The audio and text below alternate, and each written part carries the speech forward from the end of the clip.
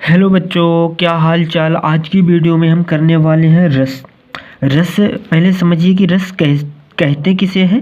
रस क्या होता है छात्रों की, जैसे आम का रस, अंगूर का रस, सेब का रस, इसको हमें पीने से क्या मिलता है, आनंद मिलता है। यही क्या कहलाता है, रस कहलाता है। जिसको देखने, सुनने या फिर क्या करने, पीने से हमें आनंद मिले, और वही रस कहलाता है। रस की डिफिनीशन, रस को काव्य की आत्मा कहा गया है।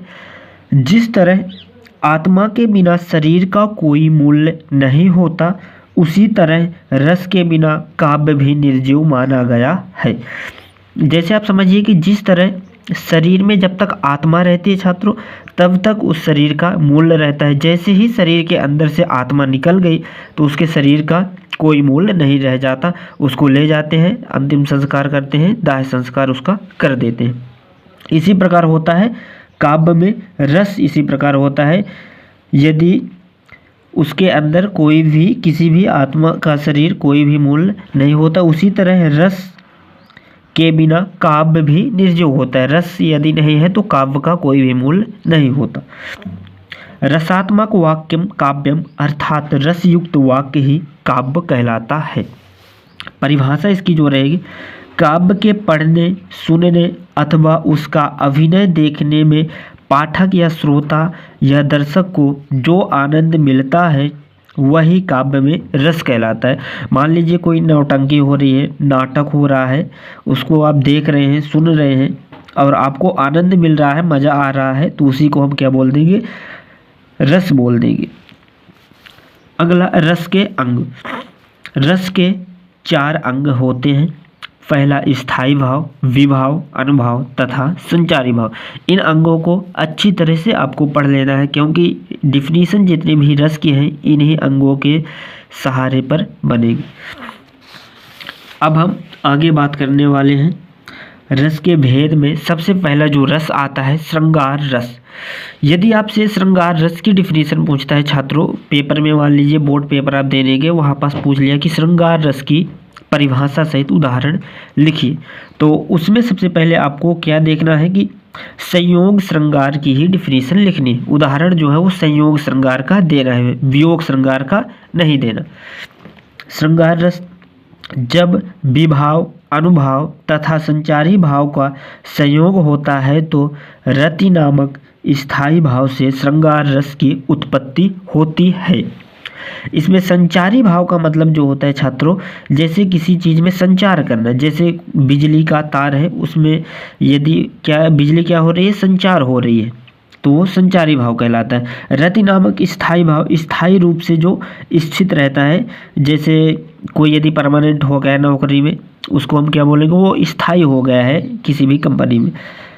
स्थायी भाव से श्रृंगार रस की उत्पत्ति होती है। उदाहरण इसका श्रृंगार रस का, कहत नटत रीझत खीझत मिलत खिलत लजियात भरे भवन में करत है नैननु ही सौ बात। कहत नटत यानी कोई प्रेमी अपनी प्रेमिका से कह रहा है, जिसके कारण उसकी प्रेमिका, नटत का मतलब क्या होता है, मना कर देती है। रीझत जिसके कारण वह प्रेमी उसका गुस्सा हो जाता है या फिर रिझिया जाता है। खीझत, मिलत खिलत लजियात, जब ये दोनों मिलते हैं तो मिलत खिलत बहुत ज़्यादा प्रसन्न होते हैं, जिसके कारण उसकी प्रेमिका क्या होती है, लजिया जाती है, मतलब उसको शर्म आ जाती है। भरे भवन में करत है, मतलब भरे हुए महफिल जहाँ पर कई आदमी उपस्थित हो, जैसे पार्क है, आज की डेट में पार्क चल रहे हैं। नैननु ही सो बात, इसका मतलब क्या होता है, नैनों में ही बात कर रहे हैं, मतलब एक दूसरे की तरफ देख रहे हैं। भरे भवन में यानी भरी महफिल में कह सकते हैं। अगला, वीर रस, जब विभाव, अनुभाव तथा संचारी भाव का संयोग होता है तो उत्साह नामक स्थायी भाव से वीर रस की उत्पत्ति होती है। वीर रस का मतलब कहने का यह है छात्रों की, वीरता भरे जैसे कहानी हो, कविताएं हो, उसमें उत्साह उत्पन्न हो। जैसे आज के मेन जो चल रही है मूवी, तो कौन सी चल रही है, गदर 2 तहलका अदा कर रखा है, और माँ तुझे सलाम। इन मूवियों को देखकर ऐसा लगता है उत्साह की भावना उत्पन्न होती है कि जैसे अभी हथियार मिल जाए तो आप लोग सीधे पाकिस्तान का पोस्टमार्टम कर दें। उदाहरण, बुंदेले हर बोलों के मुख, हमने सुनी कहानी थी, खूब लड़ी मर्दानी, वो तो झांसी वाली रानी थी। इसका अर्थ क्या रहेगा छात्रों की, बुंदेले हर बोलों के मुख। बुंदेलखंड क्या है, भारत देश को ही पहले की भाषा में क्या बोलते थे, बुंदेलखंड। बुंदेले हर बोलों के मुख, हमने सुनी कहानी थी। कवि बताना चाहता है कि बुंदेलखंड के प्रत्येक व्यक्ति के मुख में हमने कहानी सुनी थी। खूब लड़ी मर्दानी, वो तो झांसी वाली रानी थी। तो रानी लक्ष्मीबाई की लड़ाई अंग्रेजों के साथ बहुत भयंकर तरीके से हुई, उसी का वर्णन किया गया यहाँ पास। अगला रस हास्य रस। जब विभाव, अनुभाव तथा संचारी भाव का संयोग होता है तो हास्य नामक स्थायी भाव से हास्य रस की उत्पत्ति होती है। हास्य का मतलब होता है छात्रों हंसी। ऐसा कोई भी शब्द या फिर कविताएं जिससे सुनकर हमें हंसी आ जाए वही हास्य रस कहलाता है। उदाहरण, बंदर ने कहा बंदरिया से, चलो नहाने गंगा, बच्चों को छोड़ो घर में, होने दो हुरदंगा। इसमें सुनकर ही छात्रों हंसी आ रही है, जैसे कि बंदर जो डाल पर रहने वाला वो कह रहा है बंदरिया से कि चलो नहाने गंगा। चलना है हमें नहाने कहाँ, गंगा। बच्चों को छोड़ो घर में, बच्चों को छोड़ दो घर में, होने दो हुरदंगा। इसको छात्र सुनकर ही बहुत हंसी आ रही है कि अजीब तरीके से कि एक बंदर बोल रहा है ऐसे। अगला रस, इसमें हम मोस्ट इम्पॉर्टेंट रस ही करा रहे हैं छात्रों, जो बोर्ड पेपर में ज़्यादातर पूछे जाते हैं। रौद्र रस। जब विभाव, अनुभाव तथा संचारी भाव का संयोग होता है तो क्रोध नामक स्थायी भाव से रौद्र रस की उत्पत्ति होती है। उदाहरण, श्री कृष्ण के सुन वचन, अर्जुन क्रोध से जलने लगे, सब शोक अपना भूलकर करतल युगल मलने लगे, संसार देखे अब हमारे शत्रु रण में मृत पड़े, करते हुए यह घोषणा वे हो गए उठकर खड़े। श्री कृष्ण के सुन वचन, ये जो कविता है छात्रों ये कहाँ का वर्णन है, जब महाभारत का युद्ध होता है, दोनों सेनाएं आमने सामने होती हैं, एक तरफ पांडव और एक तरफ कौरव। तभी श्री कृष्ण अर्जुन को समझा रहे हैं कि श्री कृष्ण के सुन वचन, अर्जुन क्रोध से जलने लगे। जैसे ही श्री कृष्ण बोलते हैं तो अर्जुन को बहुत ज़्यादा क्रोध आ जाता है, क्रोध से जलने लगे, सब शोक अपना भूल कर, अपना वो शोक सब कुछ भूल जाते हैं, भूल कर करतल युगल मलने लगे, मतलब कर्तव्य की ओर, करतल युगल का मतलब क्या होता है, कर्तव्य की ओर अर्जुन बढ़ने लगे। संसार देखे अब हमारे शत्रु रण में मृत खड़े।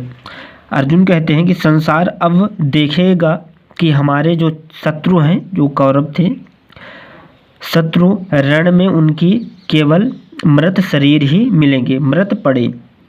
करते हुए यह घोषणा, अर्जुन बहुत क्रोध में आकर यह घोषणा करते हैं, करते हुए यह घोषणा वे हो गए उठकर खड़े, युद्ध के लिए अर्जुन तैयार हो गए छात्र। शांत रस। जब विभाव, अनुभाव तथा संचारी भाव का संयोग होता है तो निर्वेद नामक स्थायी भाव से शांत रस की उत्पत्ति होती है। शांत रस जिसमें शांति मिले छात्रों आपको, वैसा रस। उदाहरण, मन रे परस हरि के चरण, सुभग शीतल कमल कोमल, त्रिविधि ज्वाला हरण। मन रे मतलब, मन रे का मतलब क्या होता है, मन जो मेरा है, परस हरि के चरण, परस मतलब क्या होता है, हरि के चरणों में क्या हो जाए, मेरा मन पवित्र हो जाए। सुभग शीतल कमल कोमल, सुभग हो जाए, शीतल हो जाए, कमल और कोमल हो जाए, मेरा मन जो है हरि के प्रति शीतल, कोमल, कमल के समान हो जाए। त्रिविधि ज्वाला हरण, एक ज्वालामुखी की तरह हमेशा मेरे मन में रहे। अगला रस जो है वात्सल्य रस। जब विभाव, अनुभाव तथा संचारी भाव का संयोग होता है तो वत्सल नामक स्थायी भाव से वात्सल्य रस की उत्पत्ति होती है। वात्सल में उदाहरण जो है छात्रों, जसोदा हरि पालनय झुलावें, हल रावें दुलराई, मल्हावें जोई सोई कछु गावें, मेरे लाल को आऊ निदरिया काहे न आनी सुवावें। इसका अर्थ समझिएगा कि जसोदा हरि पालना झुलावे। जसोदा का मतलब होता है यशोदा जी, हरि का मतलब श्री कृष्ण, यशोदा जी श्री कृष्ण को पालने में झुला रही हैं, झुलावे का मतलब झुला रही हैं। हल रावे दुलराई, हल रावे का मतलब पालने को हिला रही हैं। दुलराई का मतलब जैसे छोटे बच्चे चोचली आवाज़ में बात करते हैं, दुलरावे मल्लावे, ऐसी बातें कर रही हैं उनके साथ। जोई सोई कछु गावे का मतलब होता है छात्रों की जो मन में आ रहा है जसोदा जी की, वही जो भी मन में आ रहा है वही सब कुछ गा रही हैं उनके सामने। जोई सोई कछु गावे। मेरे लाल को आओ निदरिया, वो चाहते हैं कि मेरे लल्ला को या फिर श्री कृष्ण जी को जल्द से जल्द नींद आ जाए।